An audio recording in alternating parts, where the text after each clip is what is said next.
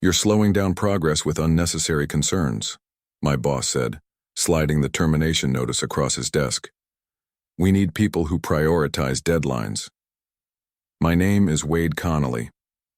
At 51, I've spent 3 decades on construction sites across Billings, Montana. I started as a laborer and worked my way up to site supervisor at Driftline Construction. I know the rhythm of a job site, the sound of a properly running generator, the sight of a level foundation, the feel of correctly tensioned cables. More importantly, I know when something's wrong. For the past 4 months, I'd been overseeing the Riverview Commercial Complex, an 8-story office building that would be the tallest structure in the eastern part of the city. The project was already behind schedule when they brought in Justin Hawkins, a 30-something project manager fresh from some fancy firm in Seattle. His first day on site, he walked around with a tablet, tapping notes without once putting his hands on any materials or speaking to the crew beyond quick introductions. These temporary supports don't match the specs, I'd told him last week, pointing to the inadequate bracing on the 3rd floor. We need to reinforce them before we continue upward.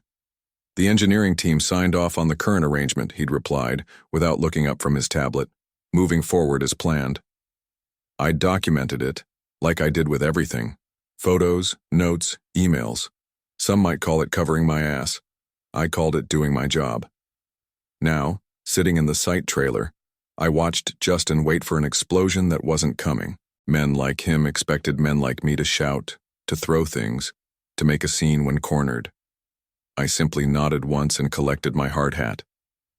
I'll clear out my locker, I said. I've already had your personal items packed, he replied, sliding a cardboard box toward me. Security will walk you to your truck. Security, like I was some kind of threat. Like 30 years of showing up early and leaving late meant nothing. Like raising legitimate safety concerns made me dangerous. I took the box without checking its contents and followed the nervous young security guard to my truck. A few of the crew members noticed what was happening and stopped working. I gave them a small nod, not of goodbye, but of something else. Something that said, "Watch yourselves." As I pulled away from the site, I caught a glimpse of Justin already talking to my replacement. The man he was speaking with was nodding enthusiastically, probably promising to keep things moving at all costs. It wouldn't be the last they'd see of me, though they didn't know it yet. I'd spent my working life building things that lasted. My father was a carpenter who taught me that shortcuts create weaknesses, and weaknesses eventually fail. Do it right the first time, he'd say, even if nobody but you knows the difference. This philosophy had earned me respect from crews and contractors alike. It had also cost me opportunities with companies that prized speed over quality. I'd been let go twice before for insisting on proper procedures. Each time I'd found another position within weeks. Good superintendents who actually care about code compliance aren't as common as you'd hope. My wife Elaine understood my principles, even when they affected our finances. Your name is on that building as much as the developers, she'd tell me. You have to sleep at night. Driftline had been different, at least at first. The company founder, Gregory Stein, had built the company on a reputation for quality work. I joined 7 years ago when they were still mid-sized, handling mostly commercial renovations and small-scale developments. Then Gregory retired, his son took over, the company tripled in size, and suddenly hitting deadlines became more important than doing things properly. The Riverview project was their largest yet, and the pressure from above was intense. The first sign of trouble came when they replaced our original project manager, Hank Willis, a seasoned professional I'd worked with for years, with Justin Hawkins. They're bringing in new blood, Hank had warned me during his last week. These young guys from the big firms, they're all about the bottom line. Be careful, Wade. I'd nodded, not realizing how right he would be. During Justin's first month, small corners were cut. Safety meetings shortened from 15 minutes to 5. Material inspections became cursory. Documentation requirements were relaxed. When I pushed back, I was labeled old school and resistant to change. I started keeping a separate log of all the deviations from code and best practices, digital photos stored in the cloud, copies of emails sent from my personal account, voice recordings of conversations when Montana law allowed it. The breaking point came when I discovered they'd substituted lower-grade structural bolts than what the plans called for on the 4th and 5th floors. The difference wouldn't be visible to an inspector without close examination, but in an earthquake or severe wind event, it could mean catastrophic failure. "We need to replace these," I'd told Justin, showing him the comparison. He'd glanced at the bolts in my palm and said, "The supplier assured me they're within acceptable parameters. We're not delaying the steel team for this." That was 2 days before my termination. I drove straight home after being escorted off the site, the cardboard box riding shotgun like a silent passenger. Elaine wouldn't be back from her shift at the hospital for hours. I sat in my truck in the driveway for a long while, staring at the house we'd bought 15 years ago. It needed a new roof. I'd been planning to do it myself this summer. Now I had the time, but potentially not the money. Inside, I set the box on the kitchen table and finally looked through its contents. My thermos, a few reference books, the framed photo of Elaine and me at Glacier National Park. My personal tools were missing: a good Milwaukee drill set, quality measuring equipment, specialized gear I'd accumulated over decades, about $2,000 worth. I made a list of everything missing, then called the Human Resources Department at Driftline's main office. The woman who answered sounded uncomfortable when I explained the situation. "I'll look into it, Mr. Connolly," she said. "But I should inform you that, according to Mr. Hawkins's report, you were terminated for insubordination and creating a hostile work environment." I hadn't raised my voice once in all my interactions with Justin, not even today. "That's interesting," I replied evenly. "I'd like that in writing, please." "Excuse me?" "The reasons for my termination. I'd like them in writing, and I'd like my tools returned. Otherwise, we can discuss this through my attorney." She promised to call back. I hung up and stared at my phone for a long moment before opening my personal email. There, in organized folders, was everything I'd documented over the past 4 months. 76 distinct safety violations, ranging from minor to potentially catastrophic, all with photographic evidence, all with records of my attempts to address them through proper channels. It wasn't just about getting fired anymore. It was about the 200 people who would eventually work in that building. It was about the construction crew who didn't know what was being hidden behind drywall and underneath flooring. It was about every corner cut becoming a potentially lethal hazard down the line. I started a new email addressed to the Occupational Safety and Health Administration's regional office. The subject line was simple: urgent. Multiple critical safety violations at Riverview Commercial Complex.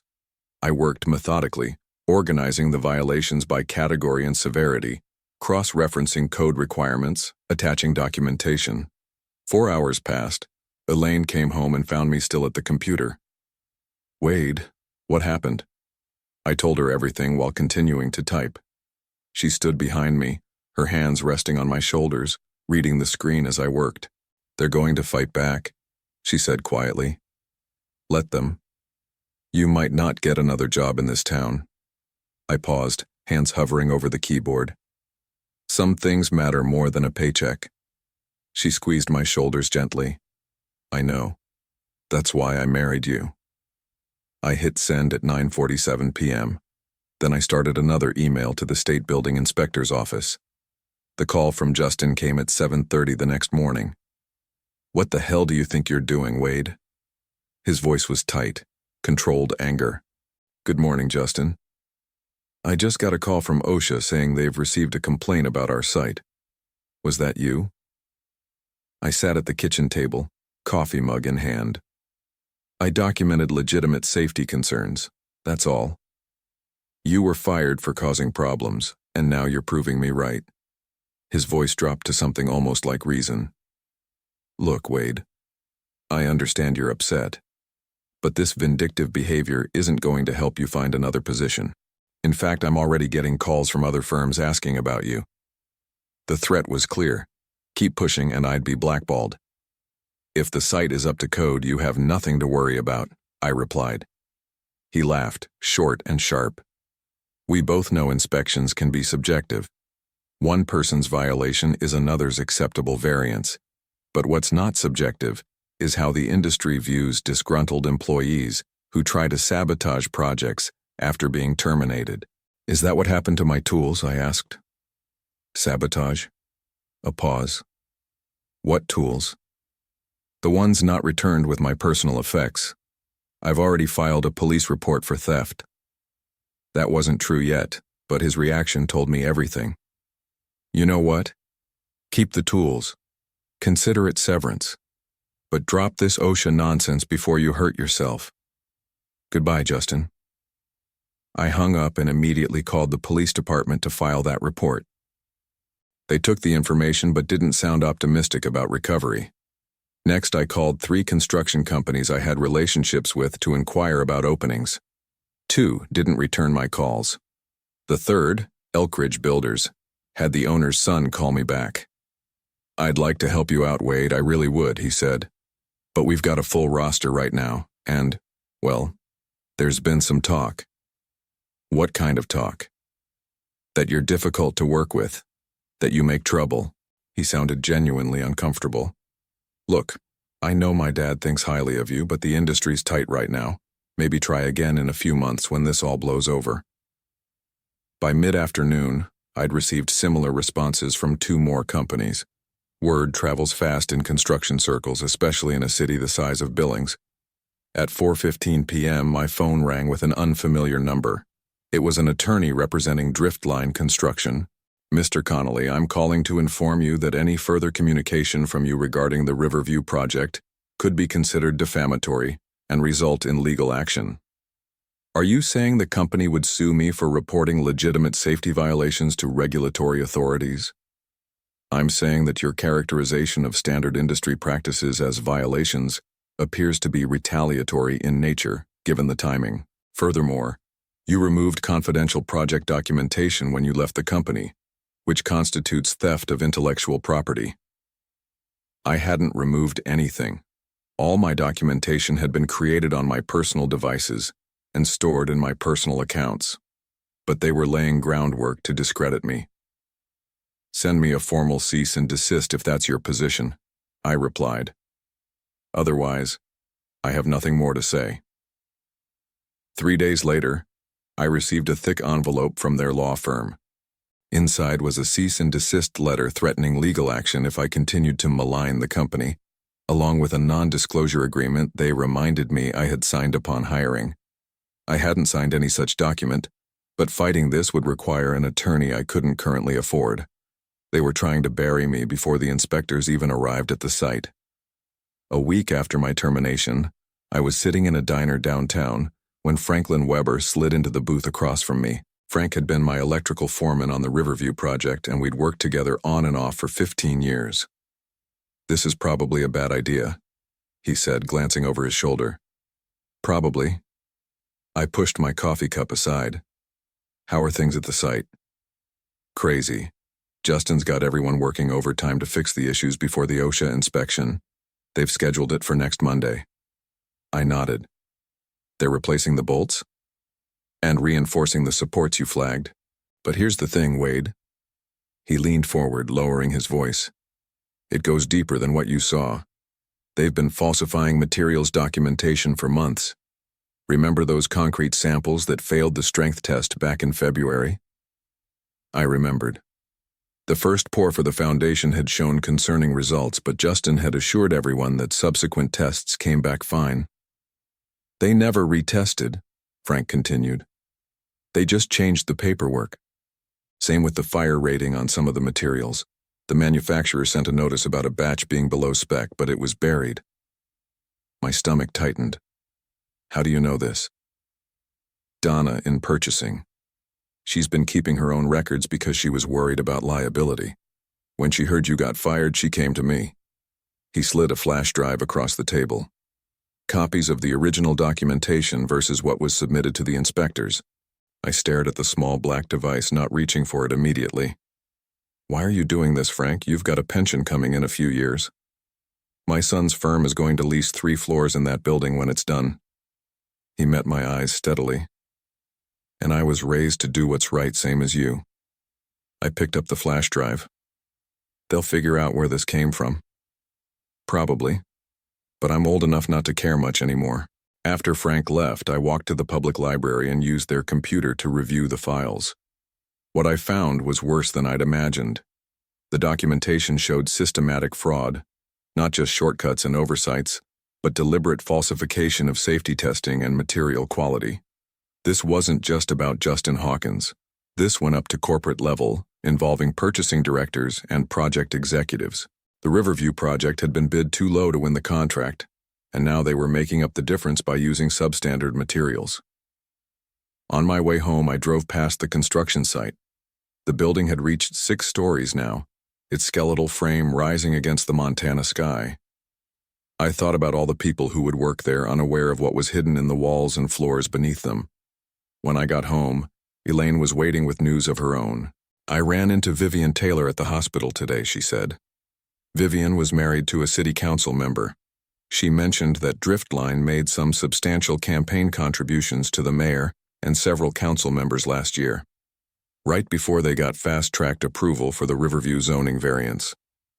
The pieces were falling into place: political connections, rushed approvals, cut corners, falsified documentation.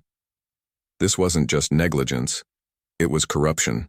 I called my contact at OSHA that evening and left a voicemail explaining that I had additional documentation that needed to be reviewed before the inspection. Then I forwarded everything from Frank to both OSHA and the State Building Inspector's office. The next morning, I received an unexpected call from Gregory Stein, the retired founder of Driftline Construction. "We need to talk, Wade," he said, his voice grave. "This goes deeper than you know." I met Gregory at his lakeside home 30 miles outside the city. At 72, he still had the weathered hands and straight posture of a man who'd spent decades on construction sites before moving into management. "I never should have let my son take over," he said as we sat on his deck overlooking the water. "Thomas always cared more about growth than quality, but I never thought he'd go this far." "You know about the falsified documentation?" Gregory nodded. "I've been hearing things from old contacts. When your OSHA complaint hit, several people called me." He took a sip of his coffee. "What you don't know is that Riverview isn't just another project for Driftline. It's the cornerstone of their bid for the new hospital expansion. That's a $100 million contract." I understood now why they'd reacted so strongly to my complaint. If OSHA found serious violations at Riverview, they'd lose any chance at the hospital project. "I've been collecting information too," Gregory continued. "Thomas doesn't know I still have access to certain company accounts. I've documented irregular payments to city inspectors, the altered test results, everything." He fixed me with a steady gaze. "I built that company on my reputation. I won't let them destroy it or build death traps with my name attached." We spent 2 hours planning our next steps. Gregory would approach the board of directors with his evidence, forcing internal action. Meanwhile, I would work with OSHA to ensure the inspection was thorough and couldn't be circumvented. The next day, I received a call from a journalist at the Billings Gazette. Somehow she'd heard about the OSHA complaint. "I'm working on a story about construction safety oversight," she explained. "Your name came up as someone with concerns about the Riverview project." I was careful with my words. "I can confirm that I reported safety issues through proper channels. Beyond that, I can't comment on an ongoing investigation." "We've heard rumors about falsified safety documentation. Can you confirm that?" Someone was leaking information, probably from the city offices. "I would encourage you to request public records related to the project's approvals and inspections. That's all I can say for now." The article ran 3 days later, not naming me directly but mentioning serious allegations from a former site supervisor regarding structural integrity and documentation practices. By that afternoon, the mayor's office had issued a statement expressing full confidence in the city's building inspection process and promising transparent cooperation with regulatory authorities. The next morning, I got a text from Frank. "OSHA here now. Not scheduled inspection. Multiple inspectors." I smiled. The article had accelerated things. 2 hours later, Gregory called. "The board has called an emergency meeting for tomorrow. I'm presenting everything." "How's Thomas taking it?" "He doesn't know yet. He's at the site dealing with the OSHA situation. Everything was coming together faster than we'd anticipated. That evening, a courier delivered an envelope to my house. Inside was a formal offer of employment from Bridgewell Contracting, a respected firm based in Bozeman with a satellite office in Billings. The owner was an old friend of Gregory's, though the letter didn't mention that connection. Just before midnight, my phone buzzed with a text from Frank. Jay terminated effective immediately. Corporate team on site taking over project management. Justice was swift once the dominoes started falling, but I knew Driftline would try to contain the damage by sacrificing Justin while protecting the company's larger interests. They'd claim he acted alone, that corporate had no knowledge of his methods. That's why Gregory and I had agreed on one final step. Tomorrow he would provide all his documentation to the State Attorney General's office, along with a formal request for a criminal investigation into corporate fraud. The truth was going to come out. All of it, no matter who it hurt. 3 weeks after my termination, I stood in the back of the county courthouse meeting room as the Montana Department of Labor and Industry announced their findings. Press filled half the seats, with Driftline executives and city officials occupying the front row. Thomas Stein sat stiffly beside the company attorney, his face a mask of professional concern. He'd spent the past 2 weeks positioning himself as the solution rather than the problem, publicly thanking the whistleblowers for bringing isolated incidents of non-compliance to light and promising full cooperation with authorities. The commissioner's voice cut through the murmurs. Following exhaustive investigation, we have identified systematic and deliberate falsification of safety documentation at the Riverview Commercial Complex. The violations are so severe that we are issuing an immediate stop work order on the project. Camera flashes popped as she continued. Additionally, we are recommending criminal charges against 3 Driftline construction executives for knowingly endangering public safety and worker welfare through fraudulent practices. One of those executives was Thomas Stein. I watched as he leaned over to whisper urgently to his attorney. The lawyer shook his head slightly.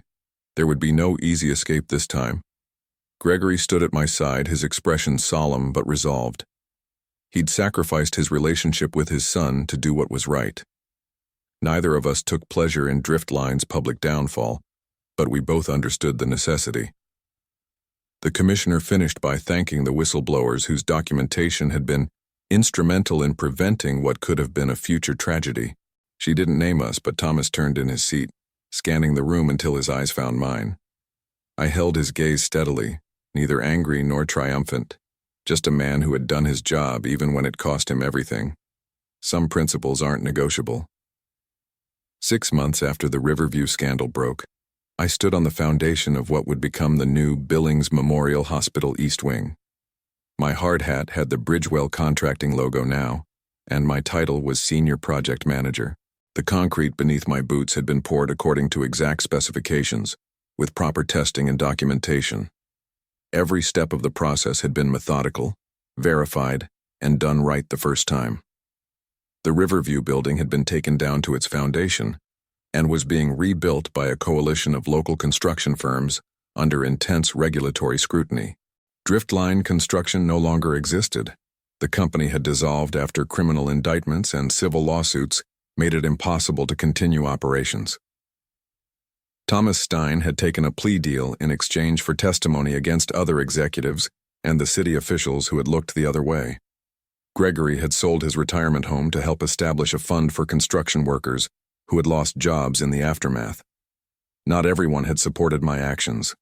Some in the industry still viewed me as the man who brought down a major company and cost people their livelihoods. Others quietly thanked me for standing up for standards that protected everyone.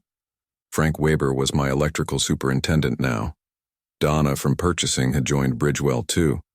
We'd brought over several good people who shared our commitment to doing things properly. Elaine and I had finished putting the new roof on our house ourselves, working evenings and weekends. The physical labor had been therapeutic after months of legal meetings and depositions. "Ready for the inspection?" my assistant asked, approaching with clipboard in hand. "Always," I replied. I'd learned that doing the right thing rarely came without cost, but I'd also discovered that I could sleep at night, look my wife in the eye, and face myself in the mirror each morning. Some victories are measured not in what you gain, but in what you refuse to lose.